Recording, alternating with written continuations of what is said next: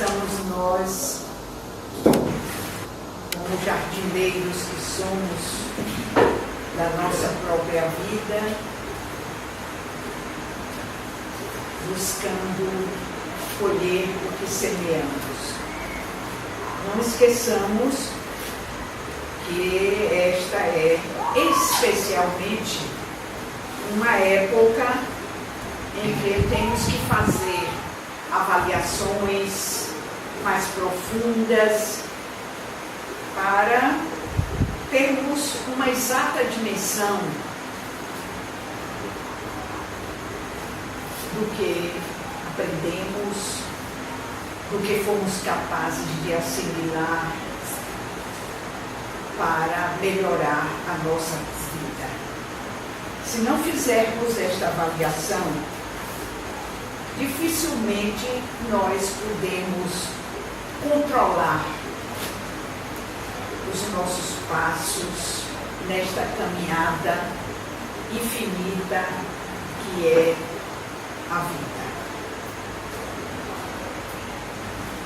E neste mês, nós dedicamos realmente, todos os centros espíritas dedicam a falar sobre Jesus. Não os ensinamentos que ele nos deixou, porque isto é o cotidiano dos centros espíritas. Mas no mês de dezembro, nós nos atemos à própria figura de Jesus. Aquilo que o caracterizou para que ele, não sendo sequer notado quando aqui esteve, à medida em que o tempo passa, na medida em que os seus ensinamentos são compreendidos pelos seus adeptos, na medida em que nós nos aprofundamos naquilo que ele ensinou, ele se torna cada vez mais próximo de nós. É uma mágica, porque quando Jesus esteve conosco, nenhum historiador o menciona em suas avaliações, em seus escritos. Nenhum. Porque o seu nascimento se deu de uma forma tão simples como todas as crianças do mundo. A sua família, uma família tão comum que não se diferenciava de nenhuma das outras famílias. Até o início da sua vida pública, ou seja, até quando ele faz o jejum no deserto, como todos os rabis, que ele comparece diante de João o Batista para ser batizado, ninguém notava Jesus. As profecias sempre disseram que haveria de chegar um Messias, ou seja, um Salvador, e essas expressões são próprias daquele tempo, que libertaria seu povo. Vejam como essa linguagem, ela é difusa, não exige de nós nenhum aprofundamento. Um Messias, qualquer um que aparecesse, e muitos apareceram, fazendo muitas coisas que Jesus fazia. Salvador, porque ele era Aliás, porque o Salvador deveria salvar seu povo. Se esperava que fosse um exército enorme, muito bem aparelhado, como foram as civilizações antepassadas. Os gregos fizeram, através de Esparta, isto para conquistar o poder. Os romanos também fizeram da mesma forma. Ora, se todos tomavam o poder através de uma força militar, também o Salvador dos hebreus deveria ter um exército enorme para suplantar aquele que os governava, ou seja, os romanos. Essa é a história. Quando Jesus, ao ser batizado pelo Batista, vai selecionar os seus companheiros, que nós denominamos depois de apóstolos, nada aconteceu como era previsto na mente das pessoas, não nas profecias, mas o que todos esperavam. Alguém muito poderoso chegaria, destronava os administradores e assumia o poder. Até hoje nós pensamos desta forma. Por isso é que ele não. Ele busca a natureza para escolher os seus companheiros de caminhada. Quem são eles? Ninguém importante. Ele não vai buscar no sinédrio estes companheiros. E o que é o sinédrio? Era aquele templo onde somente os doutores da lei tinham acesso. Era o poder, a vaidade, o conhecimento também, mas sobretudo aquela vaidade de quem sabe e quer ser notado. Jesus, ao contrário, ele busca a natureza e revela que é nas margens do rio Tiberíades que ele encontra Simão e Tiago e os convoca, simples pescadores, como todos daquela região, mas Jesus vai diretamente para onde eles estavam e pergunta se eles querem ser pescadores de homens. Vejam que pergunta linda, como se os conhecesse. Revela uma intimidade e uma confiança. E eles, embora não tivessem nenhuma intimidade com Jesus, apenas ouviam falar de um rabi especial, mas não conheciam e prontamente disseram: estamos prontos para segui-lo. E assim ele convoca a todos. Apenas dos discípulos de Jesus, ele se dirige a uma repartição pública que recolhia os impostos e pergunta: Levi, ele sabia o nome de todos, que fazes? E Levi responde: Senhor, eu recolho os impostos para entregar a Herodes Antipas e entrego tudo que arrecado. Jesus faz a proposta: queres recolher os bens para que o reino de Deus seja implantado na terra? Levi, automaticamente, não sei se ele compreendeu, esse registro não está na história para que nós possamos fazer uma análise maior. E até esse diálogo, nós só sabemos que ele existe porque eles contaram a partir de como esta convivência se fortalece. E Levi, que ocupava um cargo público de confiança de Herodes, diz que está pronto para seguir a Jesus.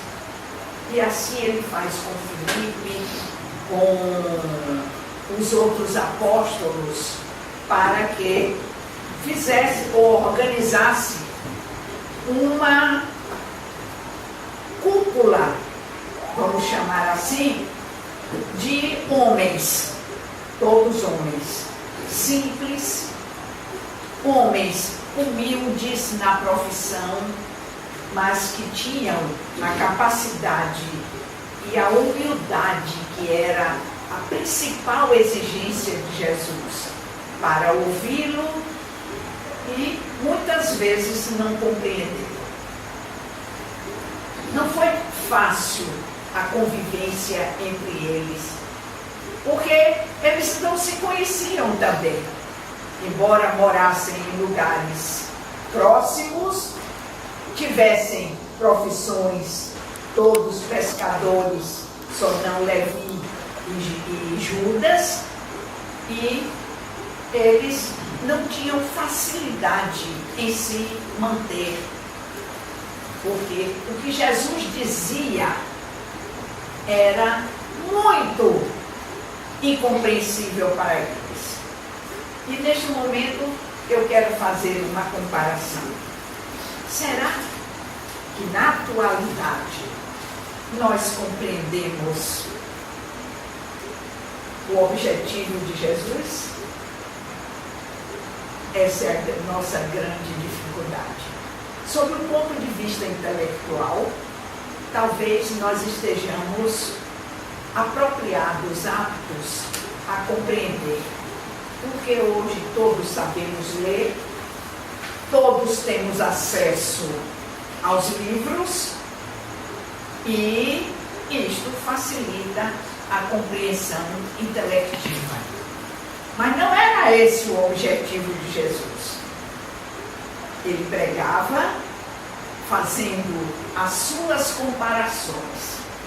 E comparações que vão desde a exigência da transformação moral até verdadeiras poesias, quando ele enumerava a natureza.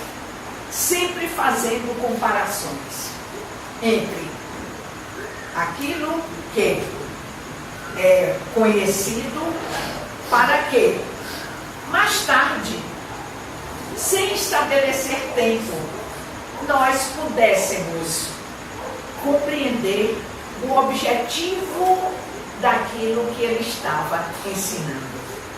Porque ele se referiu a dinheiro e, na verdade, ele veio fazer exatamente o contrário.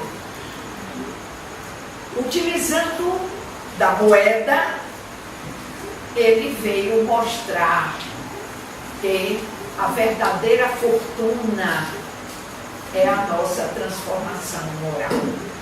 São os bens que nós acumulamos em nós, são os valores que espiritualmente nós registramos e se constituem na nossa verdadeira bagagem. Mas ele não esqueceu do dinheiro. Ele fala da semente. Ora, o que tem a semente para se fazer a associação entre o mundo material e a verdadeira essência espiritual. Mas por várias vezes ele se refere à semente para nos ensinar a fé. Pequena, como a semente de mostarda, especialmente, ela é capaz de dar o sabor característico aos alimentos em que ela é utilizada. Então, Jesus se utiliza desta técnica que Kardec também adota, ou seja, partir do conhecido para que a atenção daquela multidão, uma multidão que não o compreendia, mas estava ávida de ouvi-lo, não somente para ser curada, não somente para usufruir do poder de Jesus, mas o escutava com verdadeiro fervor. Por isso é que Jesus aproveita desta situação para fazer ou deixar a raiz, a segurança daquilo que somente mais tarde. E neste mais tarde, lá se vão 2000 anos, e nós ainda não compreendemos o que verdadeiramente significam os seus ensinamentos. Estamos melhores, já podemos discuti-los. São hoje vários os estudiosos que se põem a buscar na linguagem daquele tempo para que nós possamos colher estes frutos. Mas quanto mais nós discutimos os conhecimentos deixados por Jesus, mas nós percebemos que estamos apenas na superfície desse entendimento. De repente, nós percebemos alguma coisa que tem um significado que nunca, como nós dizemos na nossa linguagem usual, passou pela nossa cabeça e se adequa exatamente ao momento, à situação que nós estamos avaliando. Por isso é que ele, usando desta linguagem, usando os milagres, usando as curas, portanto, várias técnicas, para que aqueles que não compreendessem de uma forma, poderiam se utilizar desses ensinamentos de outra maneira. Jesus foi, sobretudo, aquele que trabalhou a técnica do exemplo. O exemplo, ele se registra através da visualização nossa.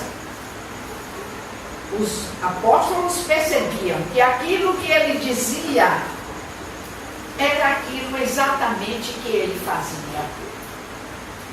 E por isso eles se impressionavam com a humildade de Jesus, mesmo diante dos arrogantes que se diziam os doutores da lei, dos administradores que depois nós vamos perceber que o condenaram, daqueles que invejavam. E Jesus, na sua humildade, respondia a todos dentro dos princípios que ele queria deixar. Os princípios que hoje nós resumimos, como se pudéssemos resumir, pudéssemos sintetizar e não colocá-los em todas as situações da nossa vida. Por isso é que, quando ele estabelece que cumpriu a sua tarefa, é ele que sabe. E somente ele soube. Na última refeição que ele toma com os apóstolos, quando ele verdadeiramente já se tornou um perigo para Roma, porque o povo já recorre a ele de uma maneira confiante. Ele já se torna conhecido e identificado como aquele Messias que salvaria o seu povo. Ele nunca disse isso. Ele nunca proclamou vantagens. Ele nunca estabeleceu sequer que o objetivo da estada dele conosco era fixar um poder material.